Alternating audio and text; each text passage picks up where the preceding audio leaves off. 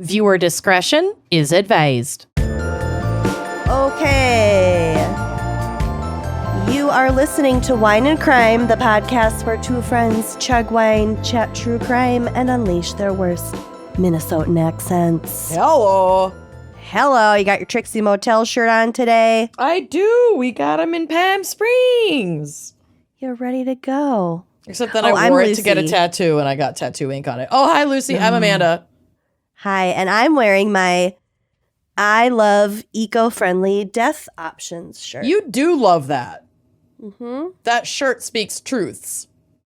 It is, and it's nice and big. Mm-hmm. I love an oversized shirt. Okay, welcome to the show. Today we have a very special fan pick. Yes, we do. From Barbara Schoonover. Barbara Schoon. Barbara Scooch. Come Scooch on over. Barbara chose the topic of Missouri crimes. Which in true state/fanfic fashion will be depressing. At least on my end. I'm going to try to bring us up a little bit, but I'm sure we're going to come crashing down. We always do. We always do. We've been covering a lot of Midwest. Mm-hmm. A lot of Midwest lately, which I don't hate. But, you know, I love Kansas City. We need to go do a show there so bad. Mm-hmm. Justin, Aaron. Yeah, hello. let's do a collab live show. Well, I'm I'm down for it. They also have like really lax weed and alcohol laws in Missouri too. They're kind of just like whatever. Do whatever you want, just don't kill anyone, please. Well, Do whatever you want. Don't be a dick? racist That too. about it. Well, I've seen there's a lot of Confederate flags in Missouri yeah, that I've seen. My guy today is definitely a racist. Yeah. Well, okay, then we'll get to it. In the Cool. meantime, Amanda, what the fuck's our wine pairing for Missouri crimes? Well, I didn't go down a wine pathway. I went down a cocktail pathway, and my research showed that Missouri's most popular cocktail is the margarita, which, like, hell yes, it's among the best cocktails ever created, and I will gladly die on that hill if I must. But I feel like I could not pair that because, A, I've paired margs many times before, and B, when I think of Missouri, margaritas are not the first thing to come to mind.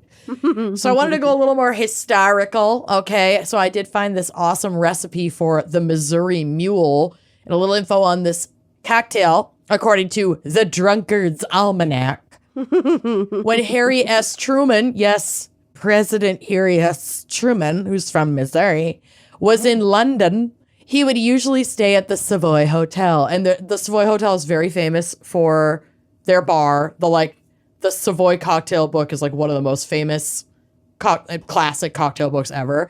So a lot of people will be familiar with it. It has the legendary and still operational American bar. And this is where Harry Craddock invented drinks like the Corpse Reviver and wrote the Savoy cocktail book. So there you go.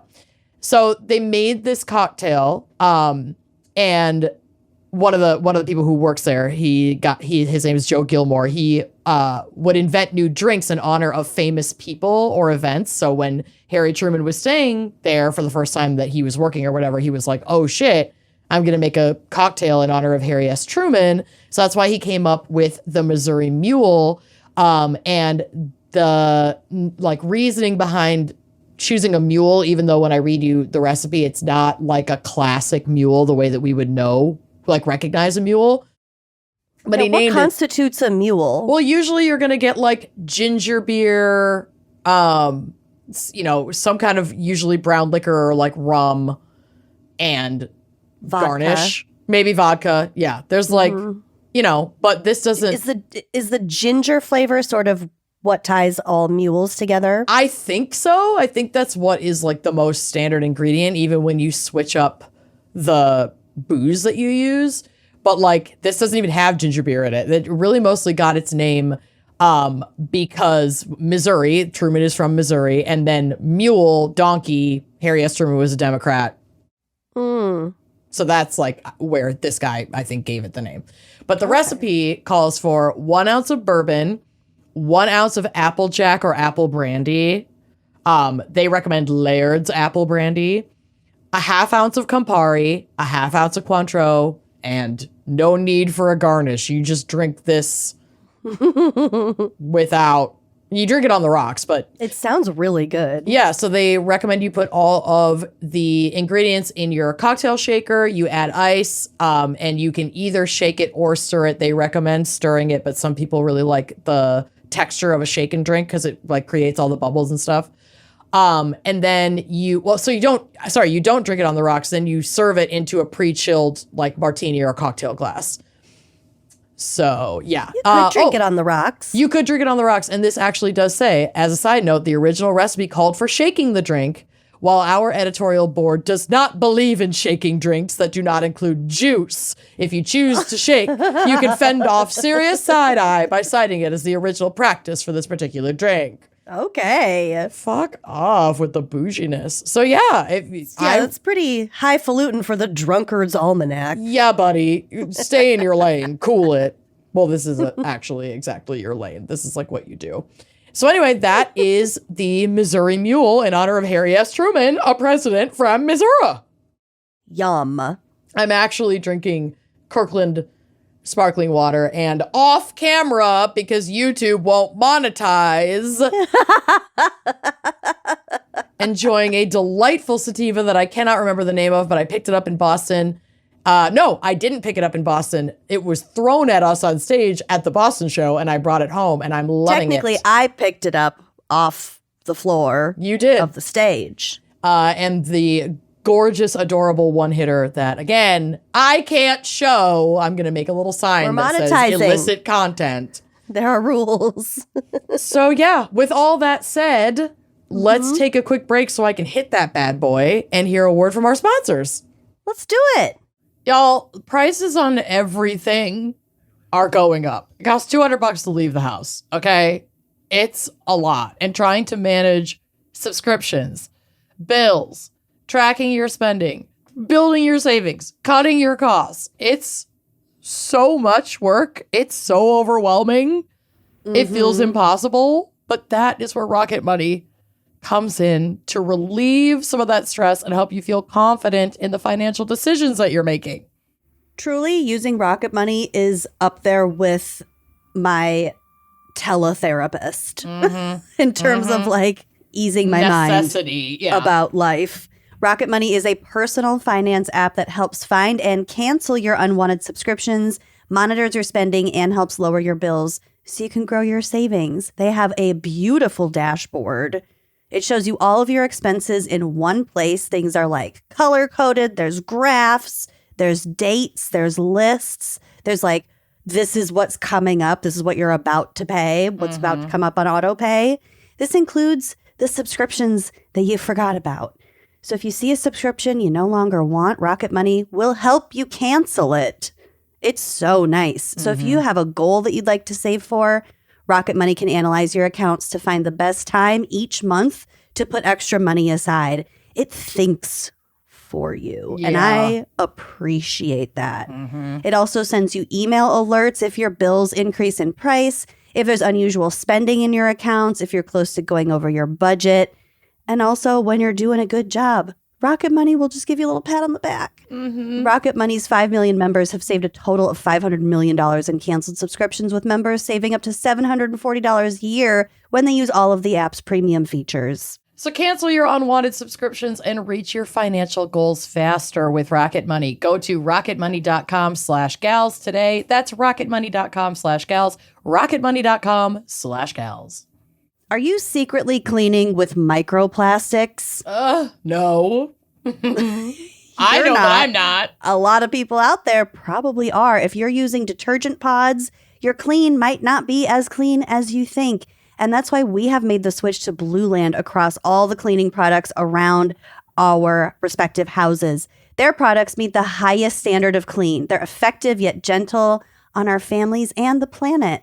Blue Land was also named an EPA Safer Choice Partner of the Year. From cleaning sprays to toilet bowl cleaner to dishwasher and laundry detergent tablets, Blue Land's formulas are 100% microplastic free, made with certified clean ingredients, free from chlorine, bleach, and harsh chemicals that are safe to use around our kitties, my toddler, our husbands, our houseplants. Husbands that put everything in their mouths.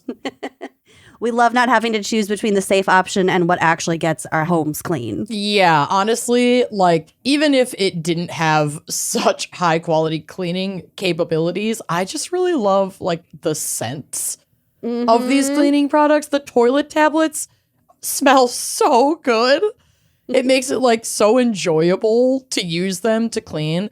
I also, along with my husband, we both have sensitive skin, so I really appreciate the laundry tabs. They are so great. They don't have, like, an overwhelming scent, and I just haven't noticed, like, skin irritation from my laundry, and I still, like, I'm rough on my laundry, okay?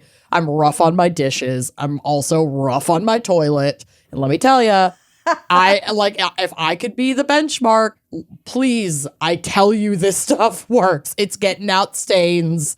It's leaving everything sparkling. It smells delicious. It's just so easy to use, and it honestly saves you so much money. I just have these set up to send me refills, and so I don't even have to think about, like, grabbing a giant laundry detergent thing that weighs 5 million pounds at the grocery store, or having to get yet another spray bottle that is going to get thrown in the garbage or the recycling bin. It's just, like, so convenient to have that stuff show up right to your door. And honestly, it is truly so easy. Like, Blue Land is on a mission to make it as easy as possible for everyone to make sustainable choices. So they believe that hardworking, clean products can be the norm, not the exception. We have been a Blue Land household since before we bought our house. I was using Blue Land products in my last apartment, and I did not switch when we got more space. I was like, oh, this is perfect. I could just get another spray bottle. We've got one for upstairs, one for downstairs. We're done so. And right now, Blue Land has a special offer for our listeners. Right now, get 15% off your first order by going to blueland.com/gals. You won't want to miss this. Blueland.com/gals for 15% off. That's blueland.com/gals to get 15% off. All right. If you've listened to our show, then you've probably heard of HelloFresh, because we love them. We really do. We really do. They send chef-crafted recipes and fresh ingredients straight to your home. But this summer, they also made their biggest menu upgrade yet. This is not the HelloFresh that you remember, baby. Yes, HelloFresh is bigger. HelloFresh has doubled its menu. So now you can choose from 100 options every week, including new seasonal dishes and recipes from around the world. I love a good bulgogi. Oh, I love anything like Tex-Mex inspired. A bowl. I love a bowl. Dig into bigger portions that will keep everyone satisfied. Also, HelloFresh is healthier. Feel great with an even healthier menu filled with high protein and veggie-packed recipes. HelloFresh now helps you eat greener with new veggie-packed recipes that have 2 or more veggies. Love. I really appreciate that. I know. I love maybe, like, just doing a week where I only get the veggie option, just to switch it up, learn how to cook new veggies. It also just gives you fresh ideas of how to cook things on your own. They're also tastier. Get steak and seafood recipes delivered every week for no extra cost. That's 3 times more seafood on the menu now at no extra cost. Discover new seasonal produce each week, from snap peas to stone fruit to corn on the cob, baby, and more. So the best way to cook just got better. Go to HelloFresh.com/gals10FM now to get 10 free meals plus a free item for life. 1 per box with active subscription. Free meals applied as discount on first box. New subscribers only. Varies by plan. That's HelloFresh.com/gals10FM to get 10 free meals plus a free item for life. All right, welcome back. Unless you are an Uncorked subscriber, and therefore we were never gone, because you get your episodes ad-free. We never left. We never left you. But yeah, let's hand the torch over to Lucy. What do you have for us today for Missouri crimes? You have the fan pick, right? Yeah. Okay. I have a little bit of everything. Is there a flag? Yes, baby. I know not everybody loves the flag breakdowns, but Who doesn't love it? Listen, sometimes I live in the comment section more than I should. It's on occasion that's that some of the feedback is that Okay. they don't care for it, but I don't care what they don't care for. I want the flag info. Well, sometimes a flag has 3 disembodied legs and you can't not Yeah. touch on it, you Can know? you imagine not talking about that? That's crazy. That's crazy. I think Sicilian Crimes is when I started doing a flag. Yes. God, that was good. The legs. I thought it was a Legs. joke. Nope. Anyway, so the Wikipedia page for Missouri says at the top, not to be confused with Missouri, which is apparently a municipal board and gorgeous little mountain town in northern India, like in the Himalayas. Oh, incredible. Who knew? I did not know. Missouri. Can you Taking imagine? a trip to Missouri. You end up in the Himalayas. Oh, I would love that. The pictures on Google are really pretty. I bet. So, like I said, we've done a lot of Midwestern lately. We recently did Kansas City Crimes. Also, episode 367 was Ozark Crimes. And we covered a lot of Missouri stuff. That's true. Covered a lot of Missouri stuff. So, like I said, today I'm just like, you know what? Well, I'm not going to talk about the topography. By the way, I did check to see if milk was their state beverage. They don't have a state beverage. Milk. It's not milk. It's milk. Milk. Oh, I hate when people say that. It like hurts something in my brain. It's not milk. I hate it when people go hard the opposite way. Milk. Milk. Milk. I've never heard anyone say that. Milk. Whatever. Milk. It's not. It's not the state beverage. Missouri is a state in the Midwestern region of the United States. It borders Iowa to the north, Illinois, Kentucky, and Tennessee to the east, Arkansas to the south, and Oklahoma, Kansas, and Nebraska to the west. So if you were counting, that was 8 states. That's wild. So Missouri's Missouri is big. It's not that it's big. It's just that, Is it long? no, they just have a lot of different borders. I mean, their borders are more frequently split into 2 and 3 different states. I need to look at a U.S. map. You continue. So with 8 bordering states, Missouri is tied with Tennessee for the most states on its borders. Do you see what I mean? Like on the west side of the state, they have a little bit of Missouri, or a little bit of Nebraska, I mean, or maybe it's South Dakota, bunch of Nebraska, and then a little bit of whatever the other one is. I mean, are you looking at a map? I am. It's a pretty big state. It's not that much smaller than Minnesota. Well, But yeah, I it's see the what you 24th mean. biggest state. Yeah, these the Kentucky, Tennessee. Yeah, it's just like a little. Oh, 21st, I mean. It's the 21st. It's just like a little corner of both of those. So I get that. Yeah. I guess I just pictured it more square, like Iowa, where it's like, all right, you've got. I mean, I know Iowa has a tiny bit of South Dakota and Wisconsin, but it's like you basically just got these 4 states, top, bottom, left, right. But no, it's not. It's a little more squiggled than that. It's a little more And squiggled. longer. I mean, we got the rivers. The Missouri River primarily, the Mississippi River. Yeah, so there's where the squiggles come in. Like I said, yeah, ranked 21st in land area. The Ozarks are in the south of the state. They've got a ton of natural resources and nature and pretty lakes and Branson and shit down there.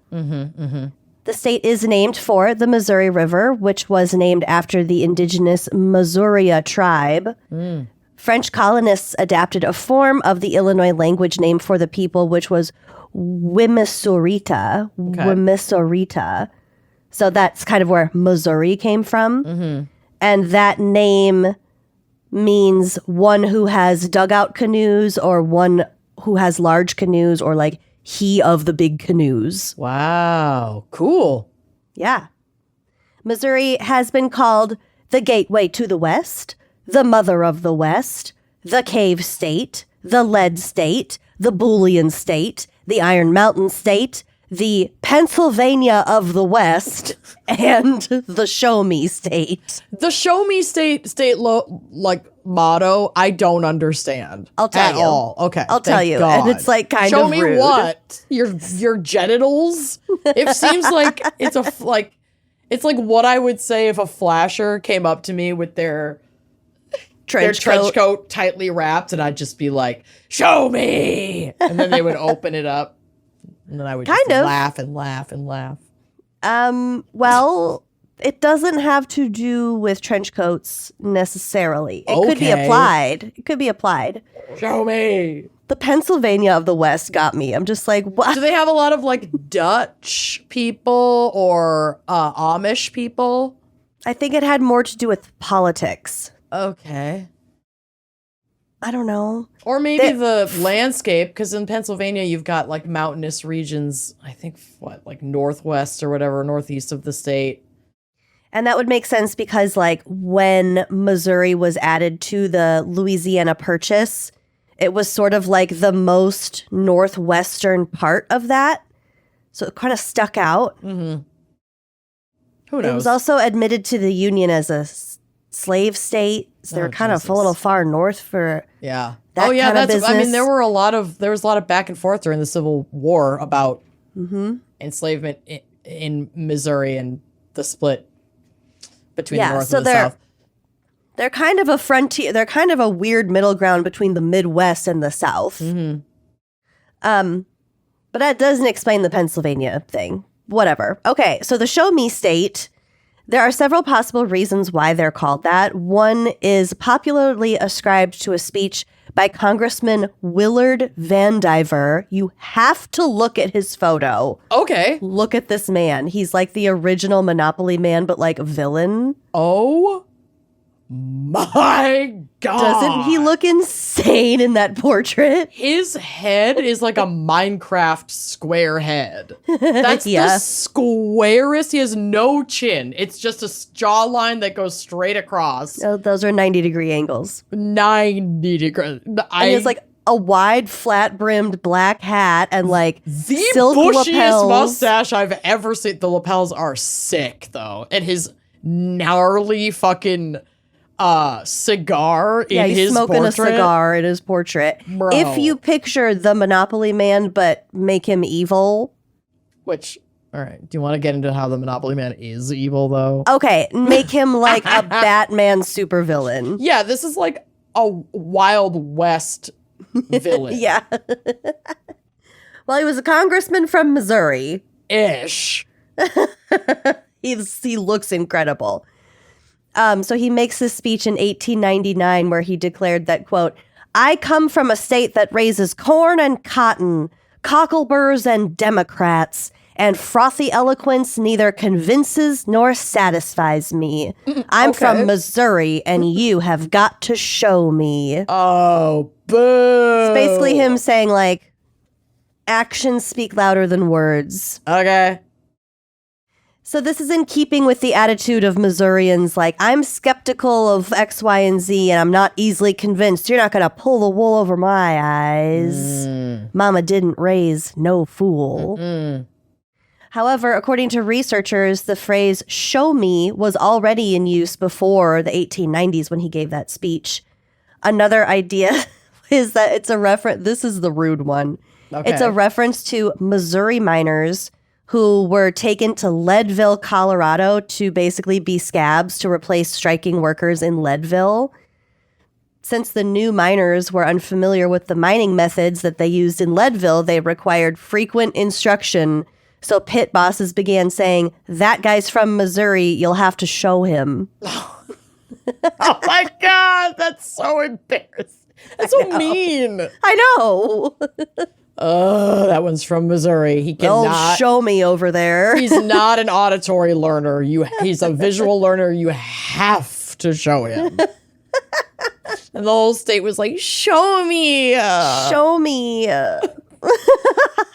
So they don't know for sure, but those are the prevailing theories, the last of which is my favorite because it's really rude. Yeah, it's mean. Yeah. It's straight up mean. Okay, so Missouri culture, like I said, blends elements of the Midwestern and Southern United States. It is the birthplace of the musical genres ragtime, Kansas City jazz, and St. Louis blues. Okay. The well-known Kansas City-style barbecue and the lesser-known St. Louis-style barbecue can be found across the state and beyond. Kansas City barbecue is my favorite. Have you had St. Louis-style? No, not that I know of. They're different. I'm going to look into it. But I do like a gonna more tell you right like, now. vinegary sauce. That would be more St. Louis. Oh, really? Mm-hmm. Oh, my God. Okay. So I do want to discuss barbecue here for a moment. Let's take this opportunity. So you often hear Kansas City, St. Louis, and Texas barbecue. Mm-hmm. It's kind of, those are kind of the three main subgenres of barbecue we have in the U.S., regionally speaking. But we're not talking about Texas because this isn't about you today, Texas. Sit down, Texas. Don't email us. No, we don't want your brisket. Not today. Probably tomorrow, though. Not today, brisket. According to Lid and Ladle by Sur La Table, I found a whole article about this. I know. It's desperate times out there in publishing right now. I guess so. It's a very cute website, Lid and Ladle. Anyway, Kansas City-style barbecue is all about the sauce. A rich, sweet, thick tomato-based concoction that perfectly complements smoked meats. Mm-hmm. It typically includes ingredients like tomato paste, brown sugar, molasses, and vinegar, Worcestershire sauce, a blend of spices. Kansas City is also famous for its burnt ends, which are crispy, flavorful chunks of meat cut from the point end of smoked beef brisket. So good. The crispy burnt ends. Oh, y'all, you did it. You did it. You So did good. it. St. Louis style, primarily, or at least most popularly, their pork ribs are known to be meaty, tender, and typically cooked with a dry rub before being slathered in the sauce. Okay, this is what I need to do with my butcher box ribs. Yeah. The sauce in St. Louis is thinner than the thick tomato-based Kansas City sauce, and it carries a tangy, vinegary kick. See, I think I was always mistaking that as just Kansas City style barbecue. I didn't realize that was specific to St. Louis style Missouri, and that in Kansas City they actually still were doing the thicker, sweeter barbecue sauce. Fuck me. I am so sorry, St. Louis. I've been fucking that up for years. Yeah? Well, now you know. So the base often consists of ketchup or tomato sauce combined with vinegar, brown sugar, mustard, and an array of spices. The rub usually includes paprika, garlic powder, onion powder, and various other spices, giving the ribs a flavorful crust. Hell yeah. I mean, I don't think they're dramatically different from each other, but yeah, they are distinctive and they are both proud of their own like regional specialties. Yes, as they should be. As they should be. They're both delicious. Absolutely incredible. I like an Alabama white sauce. I don't think I've ever tried that. Try You're an like Alabama such white a sauce. white condiments person. I mean, I like all of it. I know. I like all of it. I don't like buffalo sauce. I love buffalo sauce. I'm less of a white condiments person. Okay. It doesn't taste white necessarily. It's vinegary. I mean, they're all fucking vinegary. They have almost the same ingredients. Oh, but maybe it's mostly the consistency that is different and then the way that the meat is cooked before saucing. Okay. Okay, let's move on to the flag, which is very bear heavy. Okay, I'm opening her up. Here we I go. love a wild animal on a flag. You do. We've got 3 Ooh. today. Okay. 3 bears. 3 little bears. Oh, I do see the third bear. 3 The bears, states- but 4 animals. Oh, what's the other animal? Look to the right. Well, of we'll the- get to it. Oh, well, yeah, okay. Okay, the state seal of Missouri was adopted on January 11th, 1822. The coat of arms is encircled by a belt with the inscription, "United we stand, divided we fall." I did not see that it was a belt. It literally has a buckle and a little belt hole. That's cray. Why? I don't know. It's just a belt under like a suit of armor helmet. It's a belt. It's a full belt. Unreal. Okay, so it's divided vertically with the coat of arms of the United States on one side. So I suppose that's the eagle you were referring to, the fourth wild animal. Yep. I didn't say wild, I just said animal. Well, and a bear and a crescent, like a crescent moon on the other side. Mm-hmm. So the bear and the moon is above the bear, the moon is facing upwards. Mm-hmm. So the crescent, which is apparently traditionally a symbol of heraldry of a second son. Okay. Like, oh, we had a second son. That's the symbol for basically the gender reveal of baby number 2. What? Do you know what I'm saying? Not really. Traditionally, that's the symbol of a second son. Okay, so sun is an S-O-N, not S-U-N. Yeah. Okay, I just assumed sun because moon. Okay. Oh, no, child. Okay. So this was intended to indicate that Missouri was the second state to be carved out of the Louisiana Territory. Got it. So the first son being the vast the first state carved out of the Louisiana Territory, Mm-hmm. and then Missouri is the second state. Okay. Yes, second son, second state, S-O-N. Got it. It also symbolized the increasing wealth and population of this state. I think because it's turned upwards, it's like a, good fortune. We're filling our cup. Hmm. The bear in the seal is a mature grizzly bear, a silver tip. Oh, they're two different bears. Well, the two big bears are just. Oh, you're talking about the little tiny. I'm talking about the little white bear right now. Okay. Yes, There's the too bear many and the coat of arms. fucking bears. I can't keep this shit straight. There's 3 bears.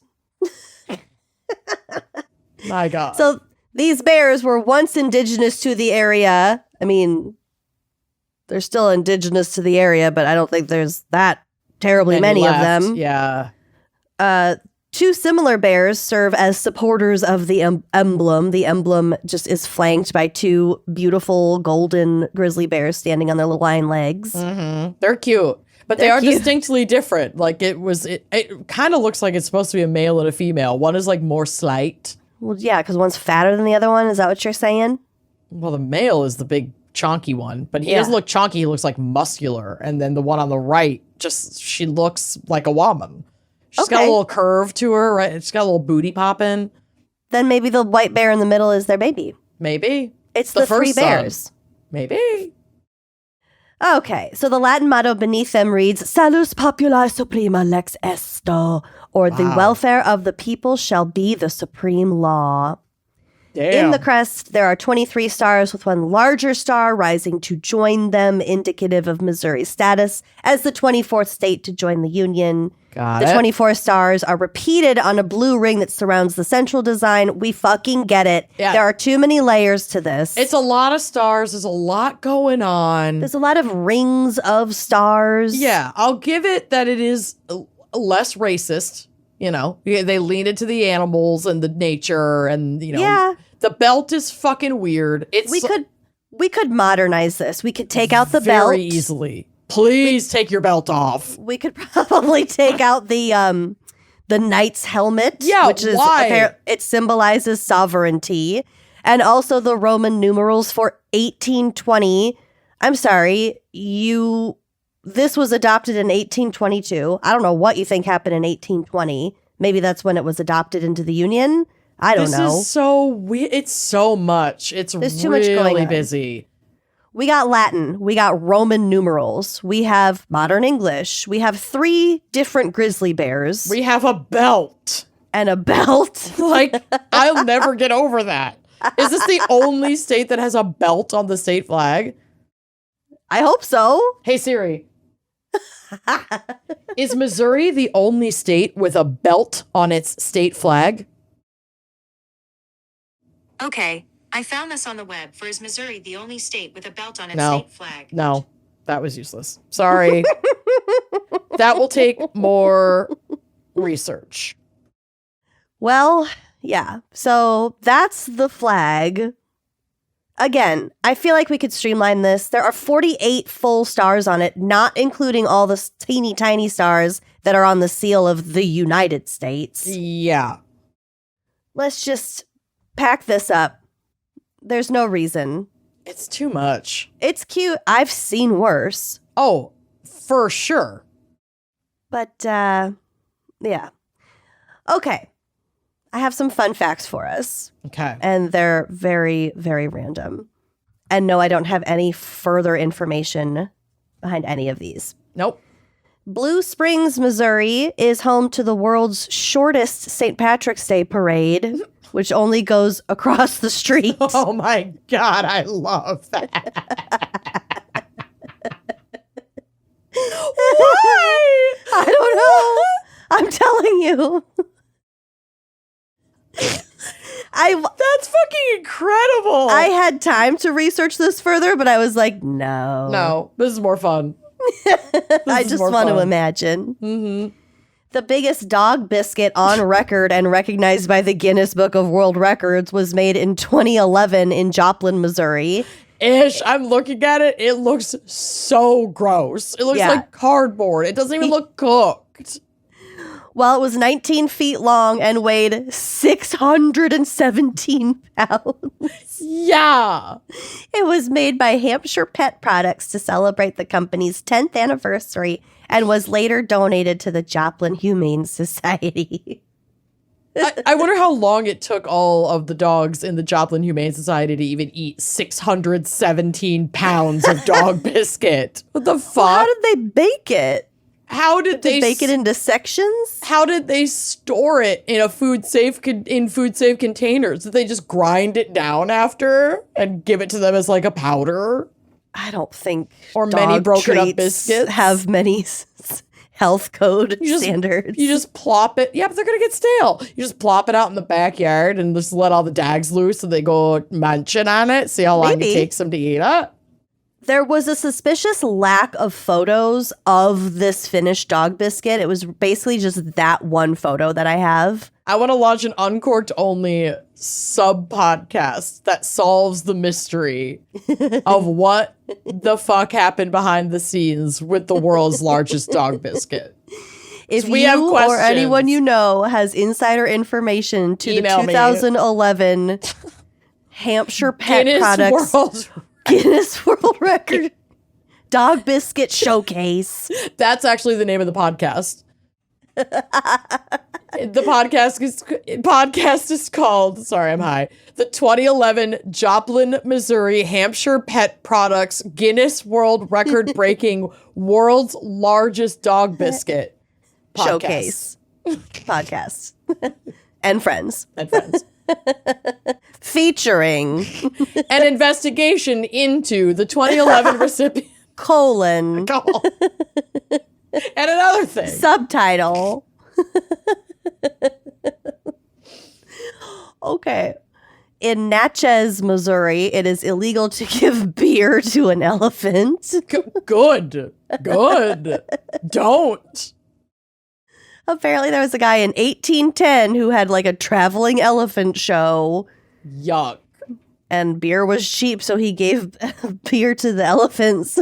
And they all got drunk, and it caused enough of a stir in town that they made a law against it. Laws needed to be passed immediately. Speaking of, in Mole, Missouri, it's illegal to frighten a baby.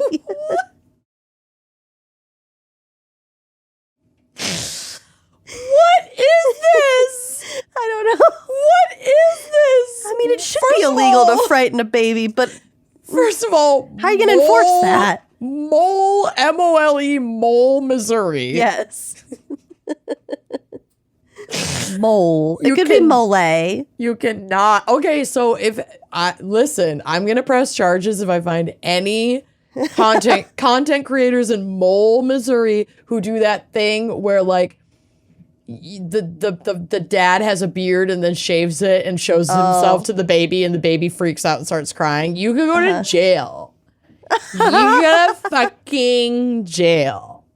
I'm gonna sue you. Once I'm done uncovering the massive conspiracy behind the 2011 Guinness World Record breaking world's largest Hampshire dog pet biscuit from products. Hampshire Pet Products Showcase podcast, then I'm gonna track down every content creator in Mole, Missouri who ever scared a baby on the internet or elsewhere. I've work to do. I have my work cut out for me. I'm about to be busy forever. Oh, good. Sigh of relief.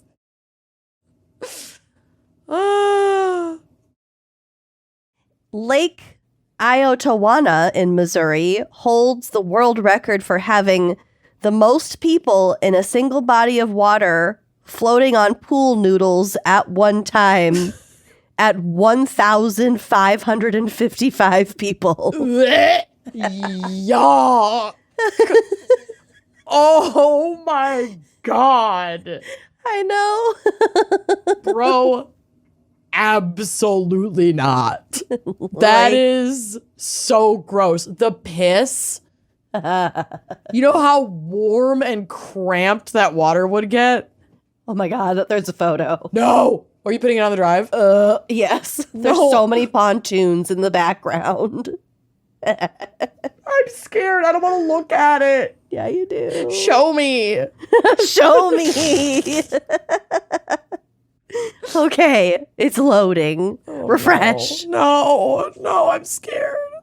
This is from worldrecordacademy.com. Stop. Okay, this is not even that bad.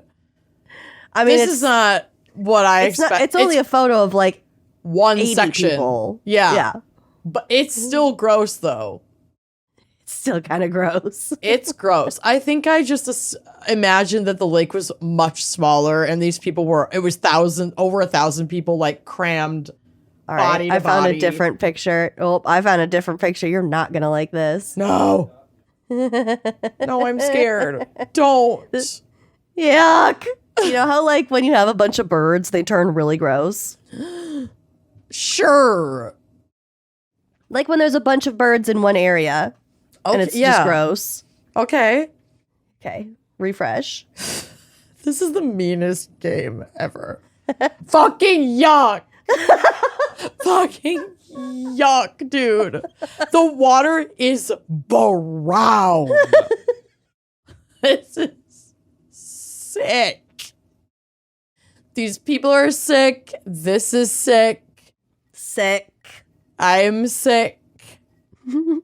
Why are Missourians so obsessed with breaking records that do not need to be broken? I don't know. Leave it. If someone invited me to participate in this, I'd be like, absolutely the fuck not. This is foul. You want me to break the record for sitting in a stagnant brown lake of piss? And they're like fenced in to like specific boundaries so they can all be counted and captured in one group. I hate this.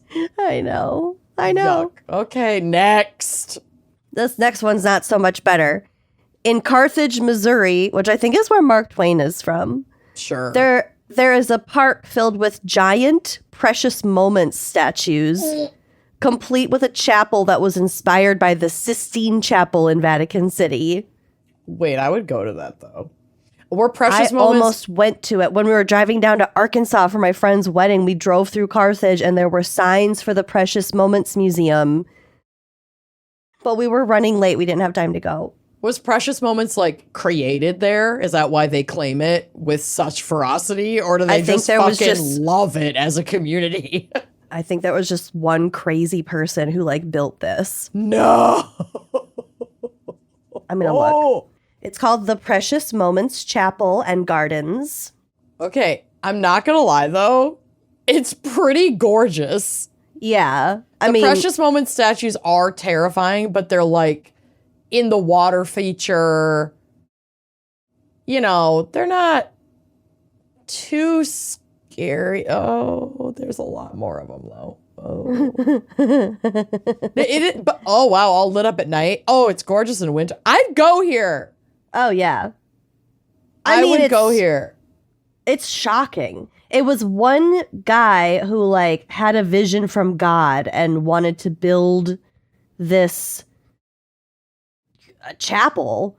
Wow. Said a tribute to the Lord and a place where visitors could feel God's spirit. Oh. I feel like it just went off the tracks with the precious moments. We didn't need those. Oh, it gets really creepy inside, though. There's paintings, like the Sistine Chapel, the floor, ceiling, walls, it's all painted, but instead, oh no, I'm putting some of these on the drive. These have to go. This is crazy. It's like, instead of Michelangelo's David, it's like precious moments, angel babies. No. Yeah, I don't know how to tell you this, but it's really fucking creepy. Oh, I can't wait to go. Oh, their stained glass is beautiful, though. It is cool. I want to go to there. I mean, the craftsmanship, the theme, it's a miss for me. But the craftsmanship is pretty astounding. Yeah. Yeah. Wow. I've never wanted to go to Missouri more. I think we might need to go to the Precious Moments Chapel. The gals go. If we Gals do a go. live show in Missouri, maybe we do Kansas City, St. Louis, and we drive across Yes. and stop at PMC, Precious Moments Chapel. PMC. Cool. We'll be there soon. PMC and G and Gardens. We're hitting up PMC and G after we take a bite of the world's largest Agnes. Okay, last fun fact. Several popular food and drinks were born at the 1904 St. Louis World's Fair, including Dr. Pepper, Yum. the modern hot dog. What? Wait, what was the don't elder know. hot dog? I don't know. Cotton candy, iced tea, and the waffle cone. What? Okay. St. Louis. Well, no. Brimming Missouri, with but at genius. the World's Fair. Yeah. Unbelievable. So that is where our fun ends for today. And I do have our fan pick case. Our fan picker wanted me to cover an as yet unsolved homicide that is close to her heart. I won't disclose more information than that, but it's a very sad story. If any of this rings a bell, if you have any information, if you've heard any rumors, anything like that, I'll give you the phone number at the end where you can tell your story, give some information. In 2020, a young 21-year-old woman named Alexis Acord was living in Grandview, Missouri. So she's 21 years old. She was just starting her life. She had 2 young children. I think they were 2 and 4 at the time. She's only 21. She was just like, Yeah, let's just so keep it. young. Yeah. She had a ton of support from her tight-knit family. She had a bunch of friends. It just seemed like she was a very Well-loved and cared for person. young woman. Yeah. I believe at the time she was living with her mom. Her name is Jackie. Alexis is described by friends as fun-loving, outspoken, family-oriented, a great mother, and, quote, real as fuck. Hell yeah, girl. I believe she was working as a server at Texas motherfucking Roadhouse at the time. I love a yum. Texas Roadhouse. Love. On Friday, April 17th at 1 a.m., and I will say I don't know if this was actually early morning Saturday the 18th or early morning Friday the 17th, but it was Friday-ish. It's 1 in the morning. Alexis is sitting in her car outside of her home in the 13100. I don't know how to say that casually. 13,100 block. 13,100 block of 15th Street. She was video chatting with a friend and listening to music. It was sort of a rainy night, which contributes to not great surveillance footage of what happened. At about 1:20 a.m., the home's security camera captures her leaving her car and going into her home to use the bathroom, and then her returning to her car like 2 minutes later. Okay. Shortly after she gets in the back of her car, gunshots ring out. Oh my God. Jackie did not hear them, but apparently others in the home did hear them, but no one went outside. Maybe they didn't know what they were, or it was just or like far enough off, or sounded far enough off that it wasn't. If you live in a populated area, you're gonna hear shit like that. You don't run and you're outside gonna every think time. it's fireworks. Right.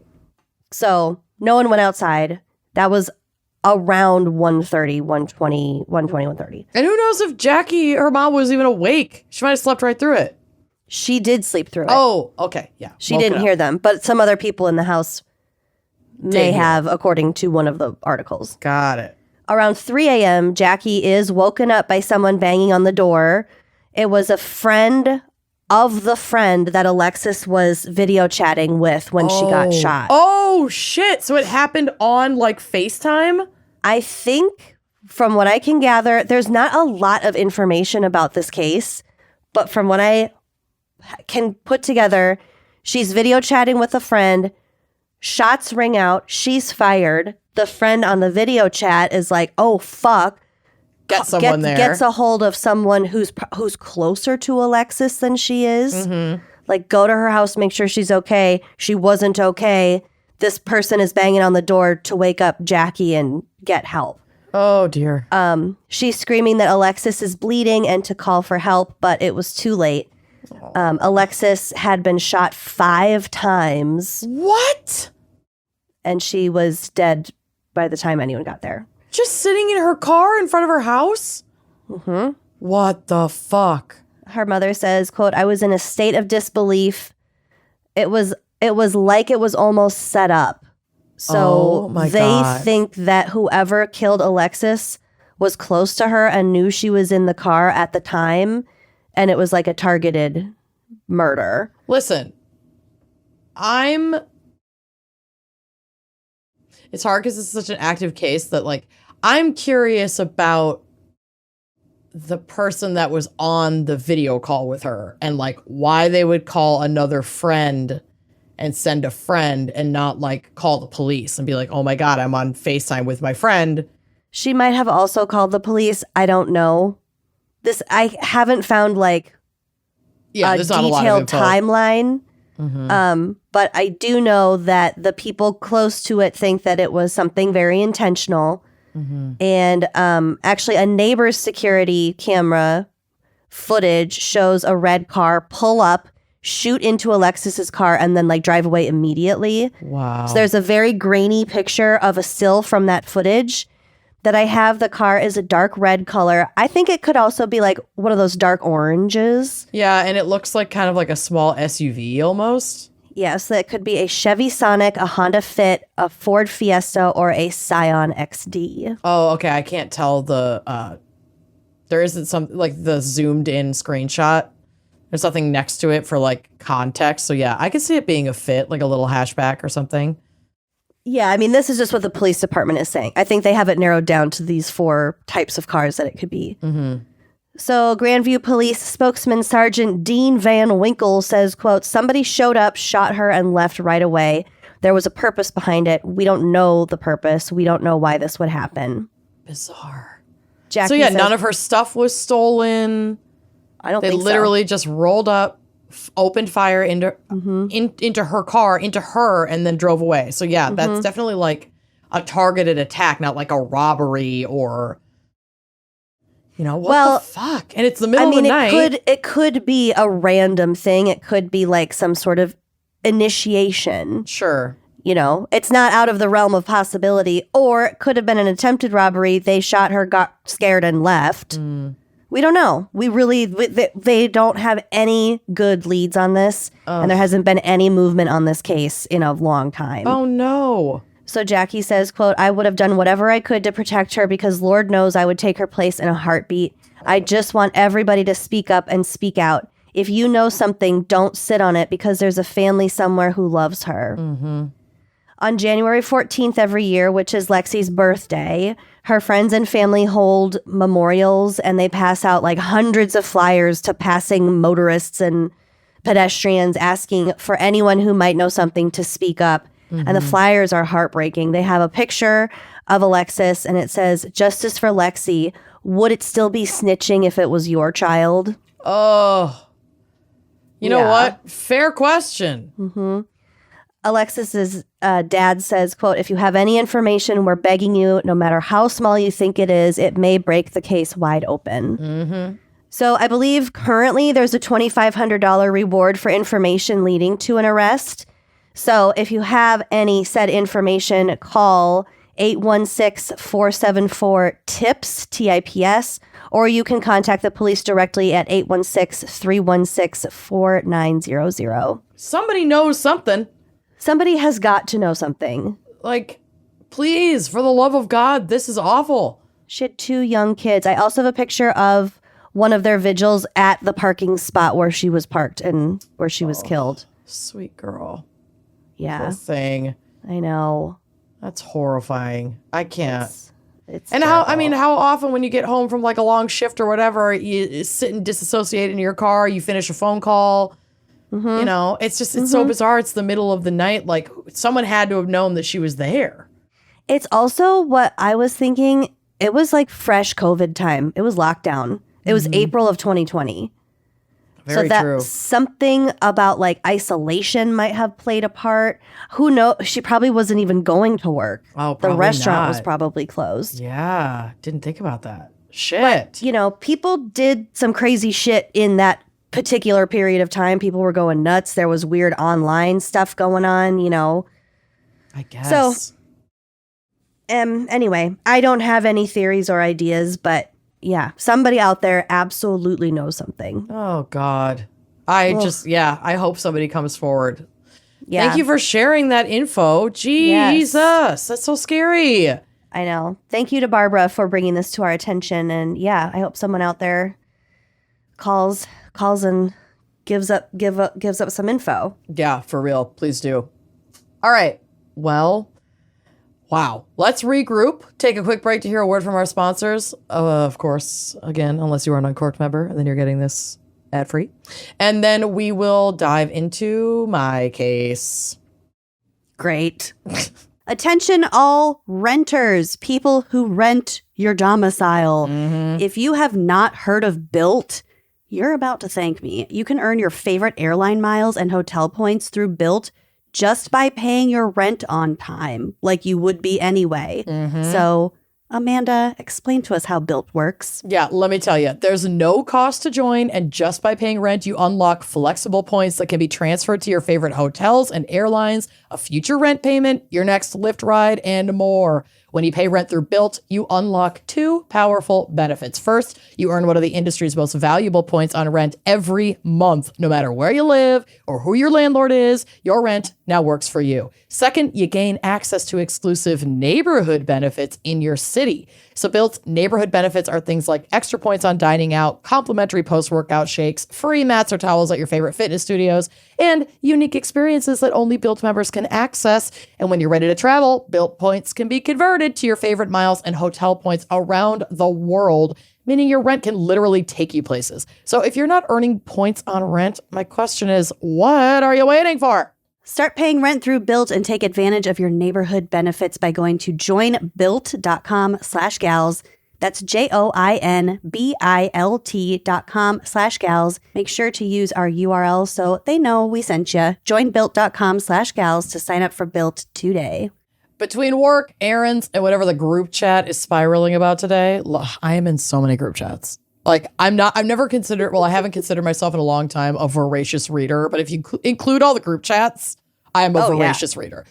But with all of that you're juggling, life rarely slows down, okay? But you don't need to wait for the perfect moment to arise. Romance is ready when you are, babe. Whether it's a quick escape or an all-night binge, Galatea puts steamy, swoon-worthy stories right at your fingertips. Galatea is a reading app where anyone craving a little me time can dive into a library of romance stories that leave you feeling recharged and fulfilled. There are over 1,000 bestsellers to choose from shifter romance to bad boy billionaires, forbidden love, slow burn fantasy, teen drama, and so much more.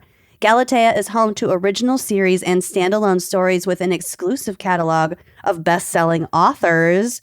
With new chapters and series dropping every week, there is always something new to explore. Over 30 million people have fallen in love with reading on Galatea.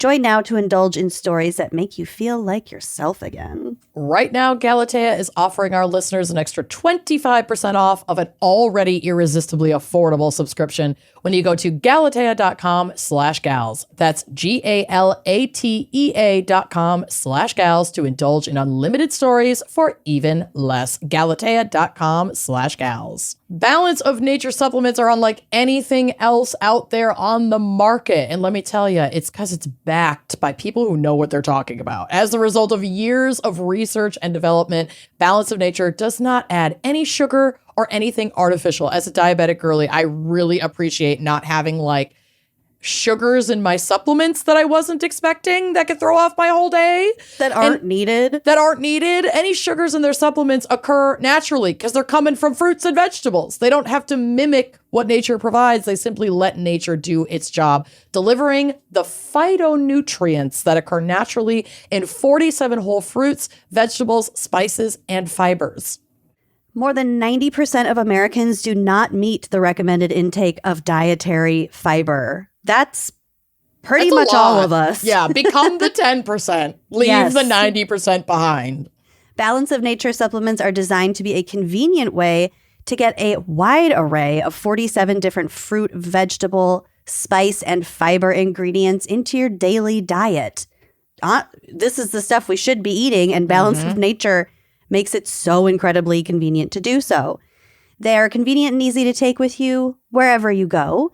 You can take the fruits and veggie supplements with water. You can also just pop them in your mouth, chew them, or crack them open and mix the powder into your food or drink. And the fiber and spice supplement can be mixed with water or your favorite drink as well. Pop it in a smoothie, babe. Yes. Dump it in. And Balance of Nature supplements are vegan, kosher, and gluten-free. So use code GALS for 35% off your first order as a preferred customer. Plus, get a free bottle of fiber and spice at balanceofnature.com. Okay, so just, blanket warning. This is very dark. Okay. It's what it's in the darkness of it all. And, there's fucked up people everywhere, and I definitely found one in Missouri. So, yeah. Timothy Haslett Jr. is a 41-year-old Missouri man from Excelsior Springs, Missouri, which is about 30 miles northeast of Kansas City. And he was exposed as the monster that he is in October of 2022 when a kidnapped woman escaped from his basement. And I know I did a story recently with a similar situation, but I promise this with is the barrels. Something with the barrels? There are barrels in this too, but it's different. Okay. It's different. So yes, I know I did a story recently with a similar situation, but I promise this is a different person, different monster who also trapped a woman in his fucking house. Cool. There's multiple more than women in his fucking house. One. Great. Yeah, turns out there's kind of a bunch. Never meet a man. God. So the brave survivor, identified in court records only by her last name, Jones, revealed a truly brutal and barbaric ordeal. This shit was fucked up. She told authorities that in September of 2022, while walking in Kansas City, Missouri, Haslett approached her and offered her $350 to accompany him to his house, which may sound odd on its surface, but the area that he was in where he approached Ms. Jones was known for sex work. And it is entirely possible that Ms. Jones was working in the area that day. Okay, so she was a sex worker. On occasion, yes, like a survival sex worker. She accepted his offer and got into his vehicle. And during the car ride, Haslett allegedly pulled a gun on her, took her cell phones, forced her to take drugs that caused her to fall asleep, and took her, again, 30 miles away from where he picked her up. Oh, no. And I only say allegedly because the trial has not yet begun in this case. So he also hasn't been sentenced. But from like one non-journalist to another, he fucking did it. Allegedly, but he did it. So when Ms. Jones awoke, she found herself in an absolute fucking nightmare. Like unimaginable terror. She was locked in what she described as a, quote, dungeon in his basement. Oh, my. She had locked restraints around her wrists and ankles. There was also, I mean, I don't know if it was there when she woke up, but eventually she had more items tied to her, locked to her. Like, we'll get to the state she was in when she finally got out. Okay. And also, in an unimaginable, literal horror movie trope detail, the dungeon was equipped with cameras and, quote, things that could be used for torture. Oh, no. Haslett kept her in these conditions for nearly a month. Holy shit, no. It was like 3 fucking weeks. Oh, my God. Her daily existence was one of unimaginable terror. She told authorities that she was choked, whipped, and sexually assaulted on a daily basis. She was fed only once a day, typically peanut butter and jelly or ham sandwiches. Adding to the horror, Haslett allegedly dressed in women's lingerie during the assaults and would call her his, quote, sex slave, a dehumanizing offense compounded by the fact that Ms. Jones is a black woman. Oh, God. He is a white man. When she did manage to escape, she was found severely malnourished, wearing a trash bag, like, over her, with latex lingerie underneath, a metal dog collar with a padlock and duct tape around her neck, tight enough that it was restricting her breathing. Oh, my God. She ran and, like, banged on neighbors' doors until somebody helped her and called the police. Whoa. Her escape was a moment of sheer bravery and quick thinking. She managed to slip her arms out of the chains, and then one report said that she, like, ripped a keypad off the wall that was, like, connected to, like, an electronic, like, some cheapo electronic lock, potentially, and damaged that, and then, like, heard the click of the basement door unlock and was like, okay, I'm getting the fuck out of here, because Haslett, like, she could hear him walking around in her house, and he had just left the house to drop off his 8-year-old son at school. He was in the house the whole time? Yep. Oh, my God. So when she broke the keypad, something unlocked? That's what I read that in one of the articles that I looked at, yes. Jeez. 8? Regardless, she took a moment of opportunity and she fucking ran, and she got to the neighbors, and thank God they helped her. Her testimony is crucial because she survived, and even if this were a completely isolated incident, like, there's no way you escape that level of depravity and that you were the first. You know what I mean? Oh, yeah. Like, this is clearly an escalation and a pattern. Yeah. And so not only is her testimony crucial just in her own case to be able to seek justice and fucking put this man behind bars, but for the potential other victims that he had before her. Mm-hmm. So a Clay County judge did approve the prosecutor's request to obtain her testimony on video. I think it was hard to get her, like, scheduled to appear in court. I think she was afraid. She's also, at least at the time that I was, getting these from where these reports are from within the last few years, she's unhoused. So, like, they were trying to make an accommodation to ensure that Haslett, quote, should not gain an advantage from targeting a person living in the margins of society. Absolutely. But where the fuck are the state's resources to provide her with safe housing and recovery counseling? Mm-hmm. Like, she survives this. She's a crucial witness for the case you're building against this fucking monster. And the accommodation you're going to make is, well, we'll let you get that testimony on video, and not, well, we will safely house you. Yeah. And get you resources at least for the duration of this fucking trial so that you can, like, get through this and get back on your feet and move forward with your life. I think, that would be a better option, I think. It's just so fucking frustrating. We have so much money in all these places, anyway, it's like, and all of the things that made her vulnerable to this man's violence in the first place, that made her a target, they aren't going to address and give her resources for. Got it. Cool. Fuck me, I guess. So Ms. Jones made it clear that Haslett told her that there had been other victims. And this should have sparked a deeper investigation into his violence. But, like, it kind of didn't immediately. It did eventually, but we'll get to it. So, well, that's because it's just her word that is to be believed. Correct.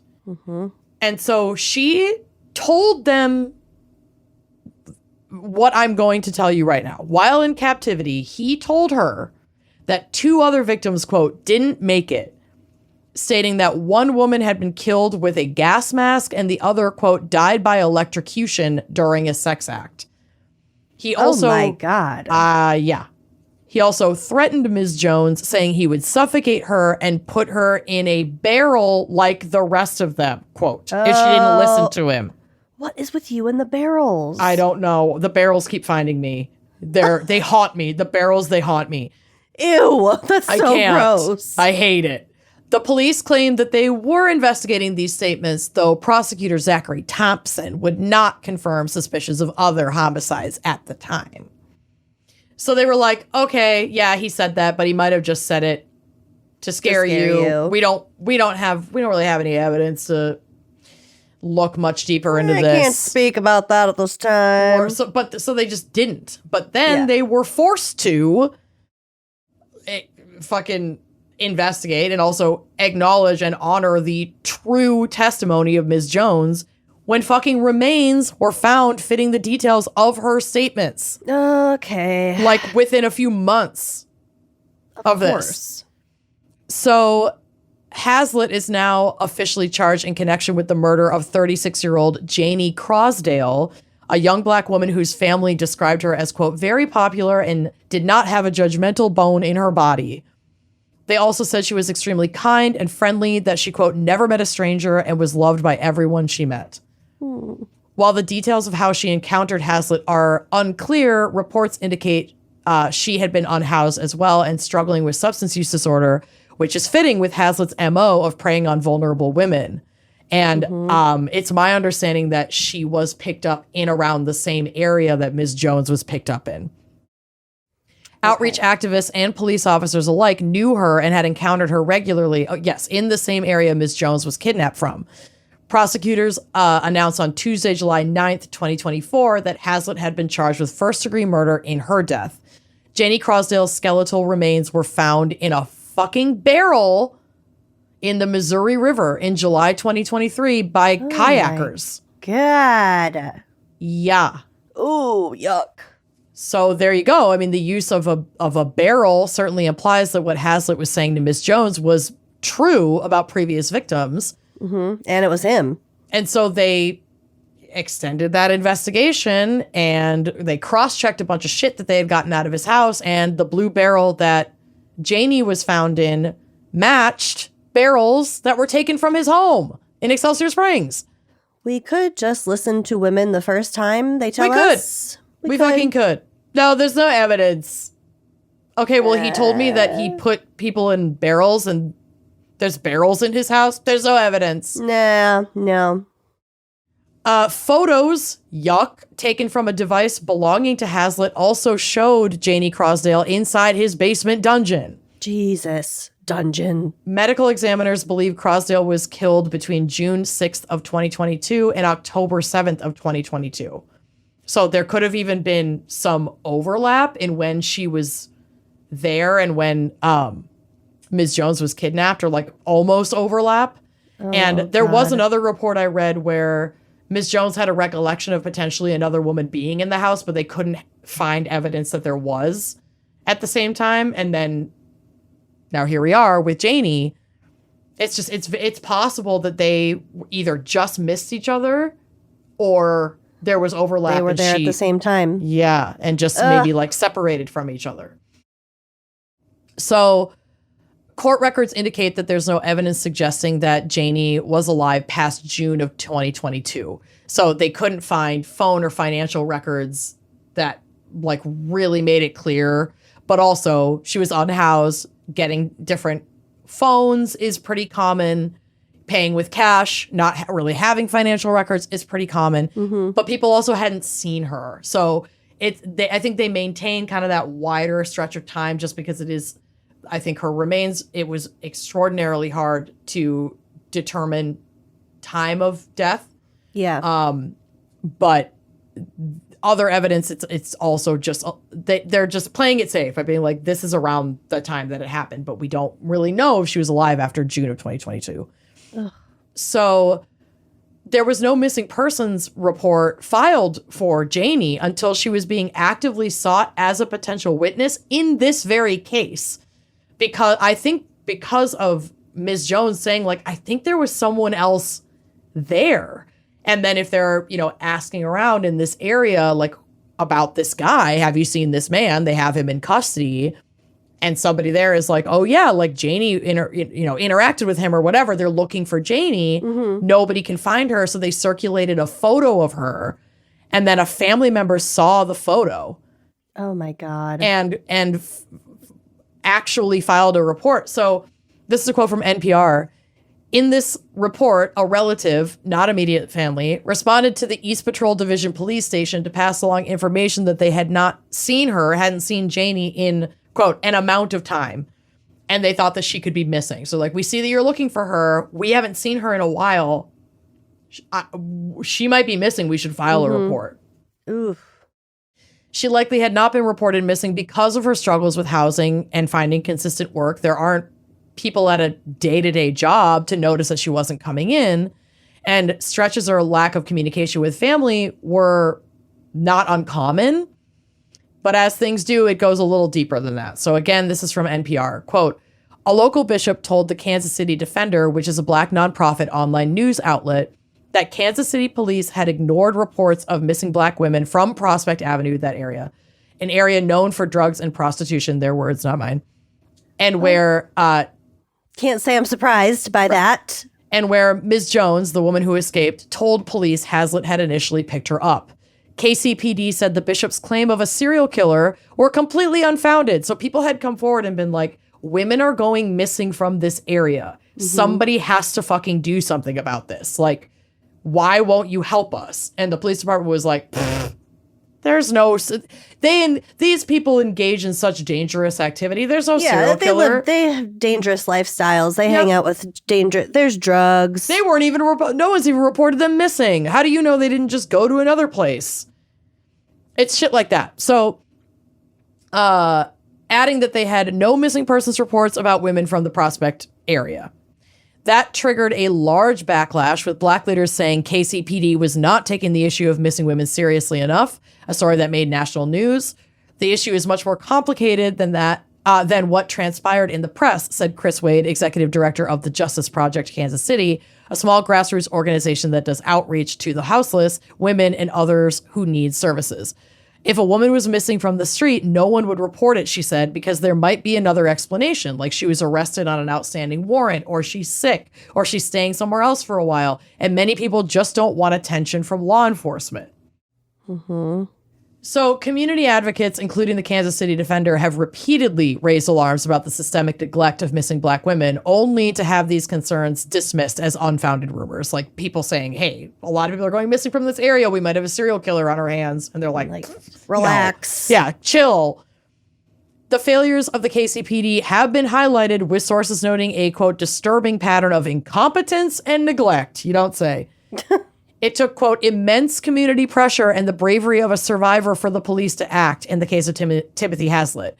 And there are more predators out there preying on vulnerable women of color who are not being investigated thoroughly. And there also could be several more, even just from this area, that Timothy Haslett himself abducted and murdered. Like, he's got at least one person that, again, allegedly he killed. His trial's coming up. But, like, there's barrels in his house. And he like has we were a saying fully before, operational basement dungeon for torture. And like we were saying before, like the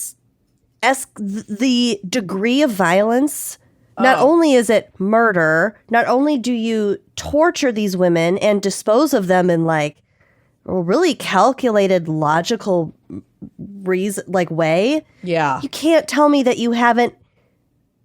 It started with abuse, Right. of something. You weren't killing from the outset. I don't think. This is definitely a trial to keep an eye on, and like I wanna find some fucking investigative, like true crime bullshit level podcast or some sort of attention on this case, because I am so confident that there are more victims of this man. There's just no fucking way that there aren't. And if so many of the women that he was targeting their stories are ignored, not reported, not taken seriously by police, like he could have been getting away with this for years in this area. He had his kid living upstairs. He clearly felt very fucking confident to do what he was doing. That's so the 8-year-old part is so fucking gross. He has women tied up in his basement. Yeah. And I don't think that he was living with the mother of the child, so it's possible there was like a shared custody situation. I like could not bring myself to look deeper into the kid in the house. I'd be willing to bet there wasn't an adult woman in that house who didn't know what was going on. So yeah, I know what's in my fucking basement. Yeah. Ugh. Yeah, it's fucked up.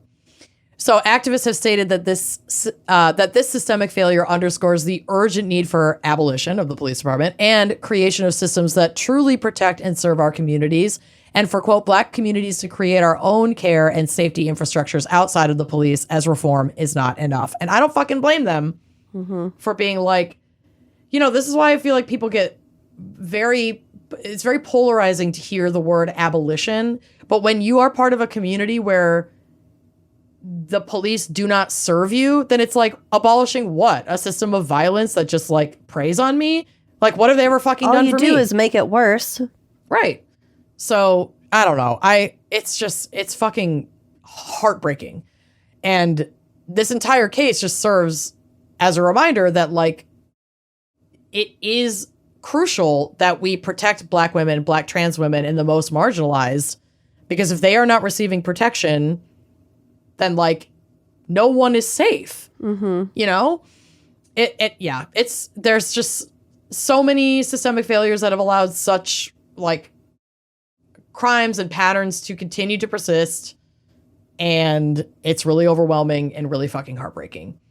So Timothy Haslett Jr., he's a junior, I just didn't give a fuck enough to include all of those words all the time, currently faces first-degree murder charges in Janie Crosdale's death, along with charges of first-degree rape, sodomy, kidnapping, assault, and endangering a child, probably because of his fucking son, who was in the house, who was doing all this shit.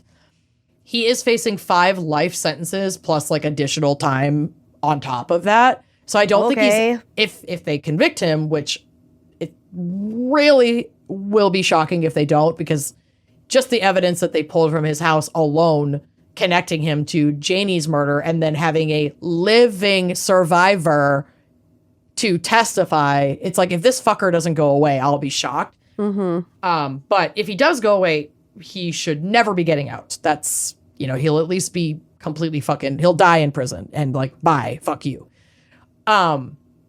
He has pleaded not guilty to the charges, and he remains in jail on a $5 million bond, with his trial set to begin December 1st of this year, 2025. Oof. So, just to reiterate, as we await trial, like what the community has been calling for, the community remains steadfast in demanding accountability and justice, ensuring that the voices of the victims and demands for safety from the Black community are heard loud and clear. And just this horrifying experience of the surviving victim, Ms. Jones, and Janie Crosdale always, serve as a call for vigilance, a systemic change to protect Black women and vulnerable individuals. Like, they were preyed upon specifically because this sick fuck knew that they wouldn't ruffle feathers within the justice system and people wouldn't be looking for them. Like, people that could hold him accountable wouldn't be looking for these women. He knew the sickest part of this whole thing. Yes. It's so sick. So, like I said, there is no way in hell that I will ever believe that these were isolated incidents and that there are not other victims out there, either dead or alive. And so that said, if anyone that you know, or if this reaches anyone with additional information regarding this case or other potential victims of Timothy Haslett Jr., please call the Excelsior Springs Police Department at 816-629-7108. Or if you would like to remain completely anonymous, you can contact the Greater Kansas City Crime Stoppers /Tips hotline. And that number is 816-474-TIPS tips.